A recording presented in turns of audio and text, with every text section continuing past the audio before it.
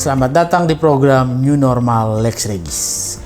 Edisi pertama kami akan kami bawakan soal restrukturisasi kredit akibat COVID-19.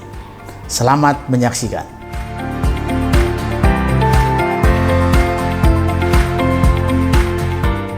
Usahawan-usahawati yang tercinta, kali ini kita akan membicarakan soal restrukturisasi hutang terkait dengan stimulus perekonomian nasional sebagaimana yang diatur oleh POJK nomor 11 POJK 03 2020. Sebagaimana kita tahu, sejak COVID-19 banyak usaha-usaha yang mengalami kesulitan, entah membayar gaji pegawai karena tidak ada pembelian. Bahkan beberapa tempat mesti ditutup. Hotel, restoran, berikut vendor-vendor yang terkait dengan usaha di bidang pariwisata. Selain di sektor pariwisata, di sektor perdagangan pun mengalami kesulitan yang sama. Hampir semua sektor terkena dampak akibat COVID-19. Tentu selain usahanya menjadi kesulitan, yang paling nyata adalah kemampuan pembayaran hutang kepada kreditur menjadi bermasalah. Apakah itu hutang pokok, bunga, denda, semua macet. Pemerintah melalui OJK mengeluarkan paket stimulus yang disebut tentang stimulus perekonomian nasional sebagai kebijakan countercyclical dampak penyebaran COVID disease 2019. Sebagaimana kita ketahui, kredit macet selalu berimplikasi kesulitan pada pembayaran hutang pokok, bunga dan denda. Maka jangan diam. Lakukan pengkajian apa yang bisa dilakukan. Ajukan surat permohonan kepada bank untuk melakukan restrukturisasi. Bentuk-bentuk restrukturisasi yang bisa dimintakan mulai dari penjadwalan ulang, pembayaran. Penjadwalan ulang bisa penjadwalan ulang terkait pembayaran pokok, bisa juga terkait pembayaran bunga. Lalu minta grace period, karena pada saat COVID tidak ada penjualan, otomatis tidak ada income. Tagihan-tagihan kepada pelanggan juga macet. Maka minta grace period untuk tidak ada pembayaran. POJK berlaku sampai Maret 2021. Maka selain melakukan penjadwalan ulang, grace period, juga minta penurunan bunga. Bunga yang biasanya yang sudah ditetapkan, minta untuk disesuaikan. Disesuaikan dengan apa? Sesuaikan dengan kondisi keuangan pada saat ini. Alternatif lain adalah beban bunga yang sekarang dialami, minta untuk dipindahkan pada tahun yang akan datang. Jadi kalau seandainya bank bisa memberikan keringanan bunga, itu tentu yang terbaik. Jika tidak bisa, maka beban bunga yang sekarang dipindahkan ke tahun depan pada saat ekonomi sudah membaik. Itu alternatif restrukturisasi kredit.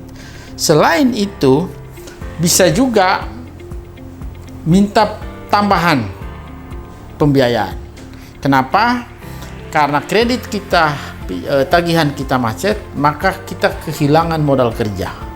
Mintakan kepada bank modal kerja baru untuk menjalankan usaha di saat COVID-19 ini. Nah, dengan perencanaan yang matang, tentu kita punya kemampuan untuk melakukan pembayaran bunga, pokok, dan denda.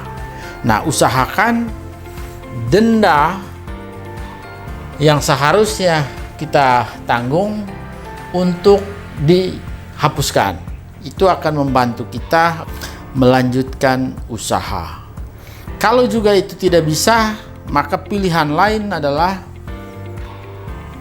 konversi hutang menjadi saham. Apa artinya? Bagian kepemilikan kita terhadap perusahaan dikonversikan menjadi saham milik bank. Pada saat ekonomi membaik, bank bisa saja kemudian menjual kembali kepada kita selaku pemilik perusahaan. Pada saat ekonomi membaik, kita bisa membeli kembali saham dari bank, biasanya jangka waktunya 3 tahun. Nah, ini ada hubungannya dengan kualitas kredit bank bagi usaha kita. Keuntungan dari stimulus ekonomi di periode COVID-19 ini, status kredit kita tidak berubah. Sehingga dengan demikian, kita bisa meminta penjadwalan ulang, keringanan pembayaran hutang pokok, hutang bunga, berikut denda. Nah, hal yang lain, seandainya kita punya kesulitan cash flow untuk melakukan pembayaran hutang pokok, bunga, denda, penjadwalan ulang, grace period. Hal yang lain adalah menjual sebagian aset yang kita miliki. Kita lihat mana aset-aset yang memang sudah tidak produktif. Aset-aset itu kita jual agar mendapatkan dana segar sebagai modal usaha untuk melanjutkan atau sebagai pembayaran bunga. Nah, pentingnya mengenal aset-aset yang kita miliki. Mana aset-aset yang tidak produktif dan mana aset-aset yang bisa kita jual. Ingat, di saat krisis bukan soal pertumbuhan, tapi soal bertahan. Maka lepaskan, jualkan aset-aset agar bisa menjadi dana segar. Kenapa? Seandainya aset-aset itu kita tidak jual, juga tidak produktif. Tapi dengan kita menjual, maka aset-aset itu bisa menghidupkan usaha-usaha kita yang pada saat COVID-19 ini masih mungkin untuk dijalankan. Itu dari sudut pandang bagaimana perusahaan menghadapi kredit macet di dalam perusahaannya.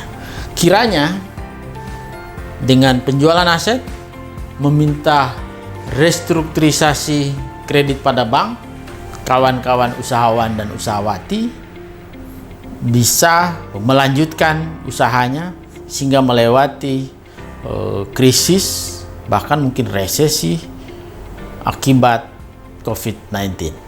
Untuk kali ini itu yang bisa kami sharing. Jika ada pertanyaan, silakan menghubungi para lawyer kawan-kawan atau siapapun yang bisa membantu bagaimana merestrukturisasi kredit. Terima kasih.